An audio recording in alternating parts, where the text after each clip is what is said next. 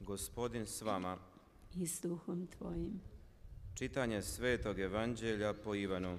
Slava tebi, Gospodine. U ono vrijeme rekoše učenici Isusu: evo sad otvoreno zboriš i nikakvom se poredbom ne služiš. Sada znamo da sve znaš i da ne treba da te tko pita. Stoga vjerujemo da si izišao od Boga. Odgovori im Isus: sada vjerujete. Evo dolazi čas i već je došao. Raspršit ćete se svaki na svoju stranu i mene ostaviti sama. No ja nisam sam, jer Otac je sa mnom. To vam rekoh da u meni imate mir. U svijetu imate muku, ali hrabri budite. Ja sam pobijedio svijet. Riječ Gospodnja. Slava tebi, Kriste.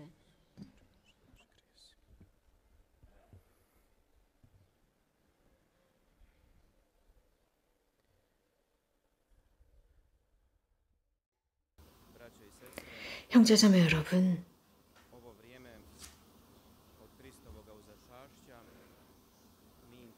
예수님께서 승천하신 이 시기 우리는 훨씬 더 강렬한 방법으로 기도하고 찾고 있습니다. 그래서 성령의 강력한 힘이 우리 위에 내리도록 기도하고 있습니다. 우리는 지금 성령 9일 기도를 하고 있습니다. 우리가 이런 모든 전례적인 테스트와 여러 다양한 전례의 기도를 보면 성령과의 아주 다양하고 풍부한 대화와 이야기와 기도와 전례와 전구 등등을 가득 채우고 있습니다. 그래서 주님께서 당신의 제자들 안에 그 같은 힘으로 깊숙이 들어갈 수 있도록 해주고 계시기 때문입니다. 어쩌면 그런 은총을 통해서 이미 선사된 그 은총을 통해서 우리들을 정화하기를 바랍니다. 이유는 우리는 세례성사와 견진성사로 인해 성령의 충만함을 이미 받았기 때문입니다. 성교황 요한 바오로 2세께서는 특별히 복되신 동정 마리아에 대한 신심이 크신 분이셨고 우리에게 이런 권고를 하셨습니다. 자주 하신 권고였는데 필요한 것은 즉 현대를 살아가는 그리스도인에게 필요한 것은 쇄신이다 라고 했습니다. 세례성사의 은총의 쇄신이라고 했습니다. 그렇기 때문에 자주 세례성사를 통해서 복되신 동정 마리아께 자신을 봉헌하고 그럼으로써 세례갱신으로 들어갈 수 있다고 했습니다. 복되신 동정 마리아를 통해서라고 하셨습니다. 그러면서 교황성화께서는 당신의 교황의 모토도 토토스토스, 모든 것은 당신 것입니다 라고까지 말씀하셨습니다. 즉 세례성사가 하는 그 모든 기능은 다름 아닌 우리는 이 세상에 노예이고 불륜의 노예이고 죄의 노예로 살아가고 있지만 이 세례성사는 사람들을 자유롭게 만들고 그리스도의 사람으로 만듭니다. 그리스도께서는 당신의 십자가와 피로써 우리들을 구원하셨습니다. 즉 종살이하는 우리들을 해방하셨습니다. 이것은 부활초가 입장하면서 부르는 성가와 같습니다. 죄로부터 구원하기 위해서 당신 외아들을 보내셨네입니다. 그로 인해서 우리는 그분께 속하고 그분의 백성이 되고 그분의 유산을 얻게 되었습니다. 모든 그리스도인은 영혼과 육신으로 하느님께 속해 있는 사람들이며 지극히 거룩하신 삼위일체에 속해 있습니다. 그분께서 이러한 모든 것을 당신의 권능 안에 당신의 유산 안에 담으시고 우리에게 주셨습니다. 성교황 요한 바오로 2세께서는 그렇기 때문에 복되신 동정 마리아를 통해서 세례성사를 쇄신하자라고 하셨는데 티 없으신 성모성심을 향한 봉헌을 통해서입니다. 그런데 이러한 봉헌은 그리스도교 신자가 복되신 동정 마리아께만 집중하는 것이 아니라 복되신 동정 마리아를 통하여 그리스도께 도달한다는 것입니다. 성령께서는 그렇게 해주신다 이것입니다. 그래서 우리는 이 9일 성령 기도 내내 이것을 청하고 있습니다. 그러나 우리가 경험이 없다면 제대로 이러한 경험을 실천하며 살아갈 수가 없습니다. 예를 들어서 현대 우리는 어떤 사람들을 만납니다. 어떤 음식이나 어떤 사람이나 어떤 사람들과 접촉을 합니다. 혹은 이렇게 태양의 장렬하는 이곳의 모든 분위기도 우리에게 또 다른 경험이고 이 미사도 또 다른 경험이며 혹은 또 그렇지 않을 수도 있습니다. 우리가 잘 알고 있는 것은 우리 주변에 있는 이러한 모든 현실은 사물적이고 영적인 것이며 실제적으로 같은 것이라는 것입니다. 이러한 경험은 하나님께서 우리들에게 주신 것이지만 우리는 이거를 잃을 수도 있습니다. 성교황 요한 바울 2세께서 권고하신 것은 복되신 동정 마리아를 통한 봉헌입니다. 이것은 다름 아닌 개방입니다. 새로운 경험을 향한 개방입니다. 그렇다면 어떤 경험이겠습니까? 바오로가 에페소에 도달했습니다. 그리고 제자들을 만나서 물었습니다. 성령을 받으셨습니까?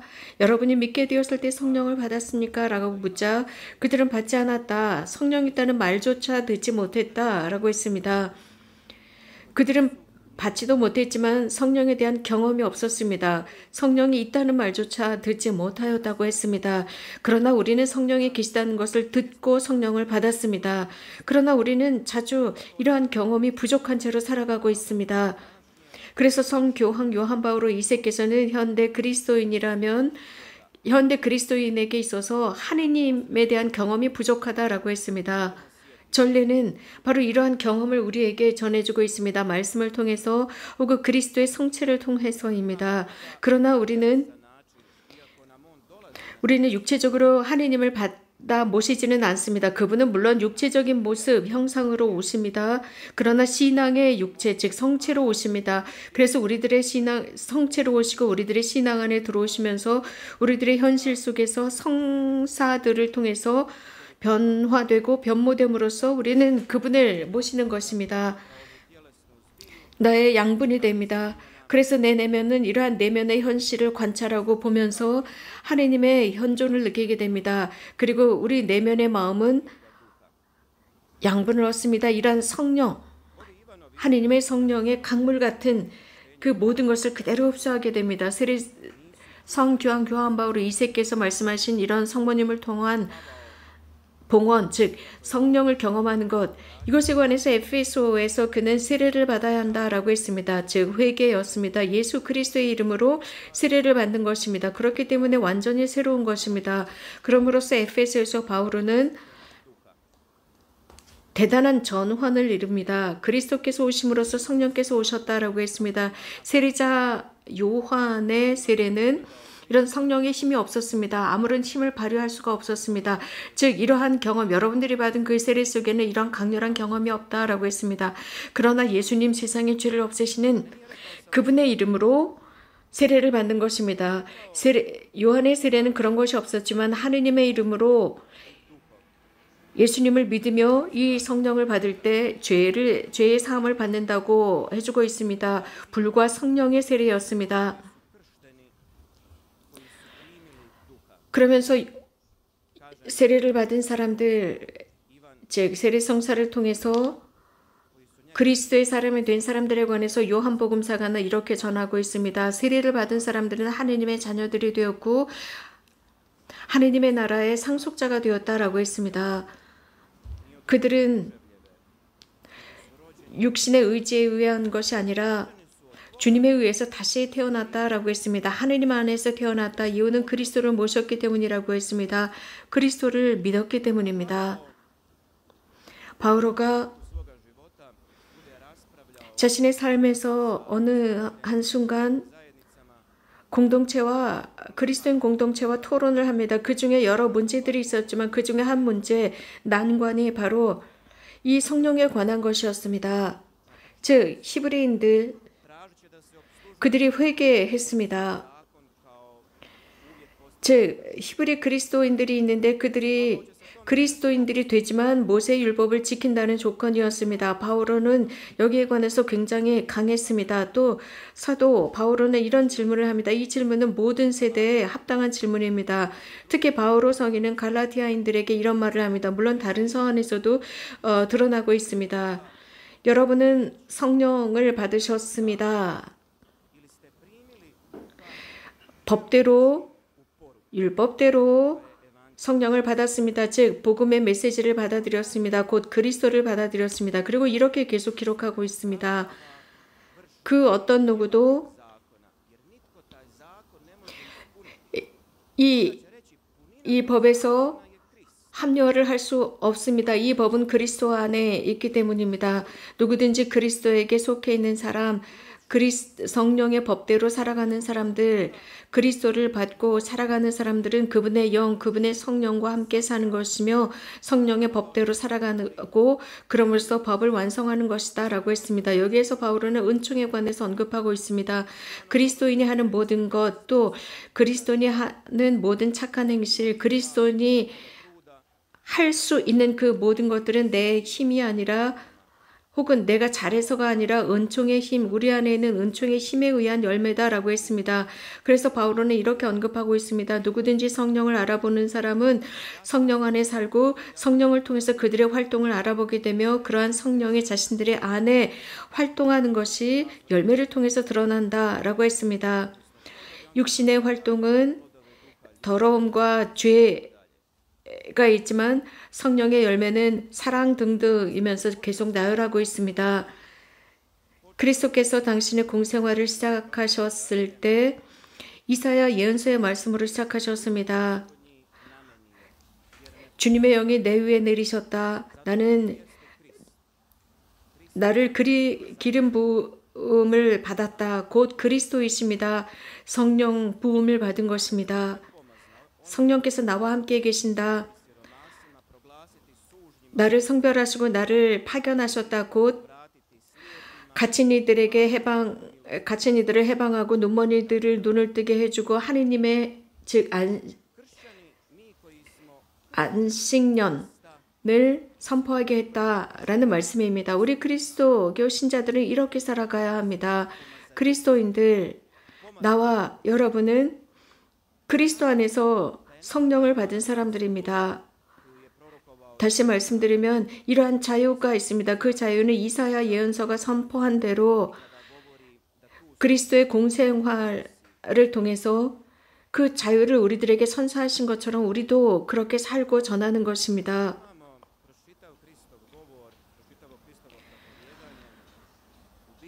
그리스도께서 하신 모든 말씀과 설교와 대화와 이야기들, 즉 하느님의 나라에 관한 이러한 모든 것은 그리스도께서 성령의 힘으로 하신 것입니다.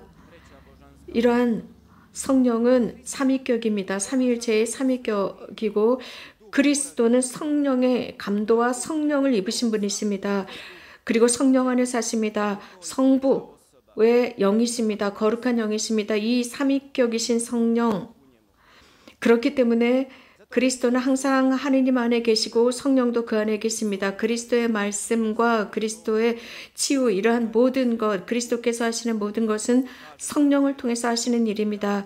그렇기 때문에 그분께서 공생활을 시작하셨을 때 성령께서 그분을 광야로 이끄셨고 또 그분께서 한 여인을 치유하셨을 때 그분으로부터 성령의 힘이 뻗어나간 것입니다. 또 그리스도께서 공적으로 성령에 관해서 언급하시는데 그분께서는 떠나실 것이지만 우리가 승천대축일 이미 거행했습니다. 즉 그분은 떠나실 것이면 다른 위로자, 변호자가 올 것이다. 내가 떠나야 너희들은 받을 것이다 라고 하셨습니다. 내가 떠나야만 오신다. 왜 그렇습니까? 그 변호자, 왜냐하면 이 세상은 그리스도를 믿지 않았기 때문입니다. 그리스도를 믿었던 사람들, 또 그리스도 안에서 살았고 그분의 메시지를 믿었던 사람들은 성령이라는 선물을 받습니다. 예수님께서는 또 이런 말씀을 제자들에게 하십니다. 너희들은 나와 함께 있고 너희들은 성령을 때 성령께서 너희들에게 내려오셔서 모든 진리를 밝혀주실 것이다. 왜 성령께서 이렇게 중요하고 그래서 왜 바오로가 이렇게 강조하는 것일까요? 또 에페소에 있는 이들이 이러한 성령과 불을 통해서 세례를 받는다고 했을 때 모두 다 예수 그리스도 이름으로 세례를 받았을까요? 바오로에게 정말 중요한 것은 예수 그리스도 이름으로 세례를 받는 것입니다. 요한의 세례를 받았지만 성령의 세례를 받아야 하는 것입니다. 성령의 세례를 받아야만 구원 활동을 완성할 수 있습니다. 성령이 안 계시다면 모든 진리 안으로 들어갈 수 없습니다. 예수 그리스도께서 말씀하신 그 진리입니다. 그 진리는 다름 아닌 하느님이십니다. 우리는 실제로 영적인 이 복음은 바로 이러한 영적인 상태를 언급하고 있습니다. 성사들을 언급하고 있습니다. 그래서 성령을 통해서 우리는 하느님 안에 살고 성령 안에 사는 것입니다. 그래서 바울은 이렇게 말합니다. 성령을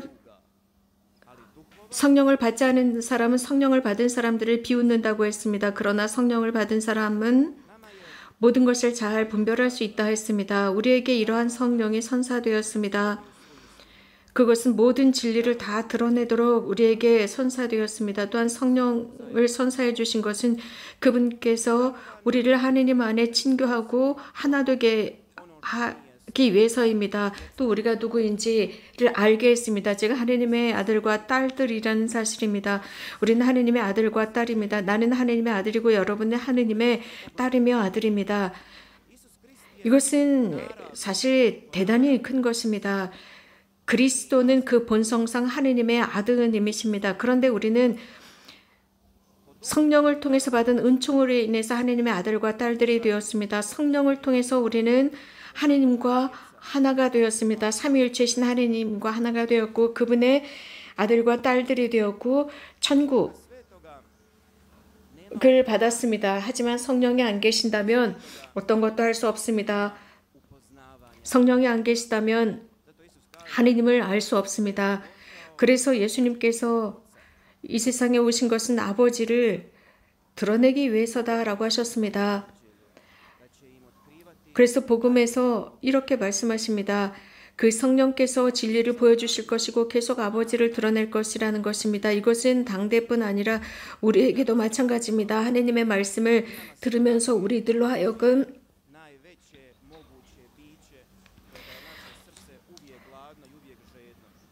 우리들의 마음에서 늘 고대하고 배고파하고 목말라 했던 바로 그것을 주시는 것입니다. 또 예수님께서는 성령에 관해서 이런 말씀을 하셨습니다. 당신의 마음으로부터 오시는 분, 우리들의 희망, 우리들의 가장 깊은 희망을 들어주시고 함께 해주시는 분, 그리스도께서는 이러한 성령을 선포하십니다. 사마리아 여인에게 이러한 성령을 선포하십니다. 그래서 그분으로부터 생명의 물이 흐를 것이라는 말을 하자 그 사마리아 여인은 저에게도 그 물을 주십시오 라고 했습니다. 우리는 성사들을 통해서 성체 성사를 통해서 이것을 받았습니다. 더 구체적으로 성체를 통해서 우리는 성령을 받았습니다. 성령은 활동하시는 분으로서 하느님의 활동을 하고 우리는 성령과 함께 삽니다. 우리는 이 미사 성제 때 사제는 빵과 포도주에 손을 올리면서 성령께서 내려오시기를 청합니다. 그럼으로써 성변화가 일어납니다. 그래서 바오로가 말한 것처럼 에페소에서 말한 것처럼 손을 얹고 기도합니다. 우리는 이러한 모습, 안수하는 모습은 모든 성사들 속에 다 있습니다. 즉 성령께서는 이렇게 사제직을 통해서 우리에게 오십니다. 특별히 이 거룩한 장소에 모인 우리는 성령을 경험해야 합니다.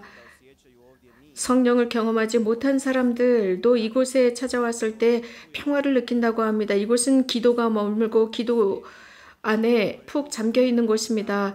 성령께서 함께 하시기 때문입니다. 성령께서 평화를 주십니다. 그리스도께서 당신 제자들에게 약속해 주신 그 평화입니다. 이 거룩한 장소에서는 성령의 현존을 느낄 수 있습니다. 특별히 성체 조배를 통해서 그렇고 그분의 은총이 강물처럼 흐르는 것을 볼 수 있습니다. 우리들의 마음에 그 은총이 흐르는 것을 느낄 수 있고 그럼으로써 우리는 활기를 얻습니다. 이곳에 성령의 선물을 주셨습니다. 우리는 그것을 이곳에서 체험하도록 합시다. 그 결과가 회개입니다. 많은 사람들이 이곳을 찾아왔다가 돌아가면서 삶을 바꾸고 돌아갑니다. 그것은 하느님의 활동, 성령의 활동입니다. 그래서 교회를 새롭게 하고 활기를 주며 죽은 이들을 부활시키는 성령의 힘입니다. 이곳에 처음 왔던 사람들도 이곳에서 무엇인가 초자연적인 것을 느낍니다. 그리고 왜 이곳에서 사람들이 인생을 바꾸고 또 결혼 생활을 쇄신하는 것일까요?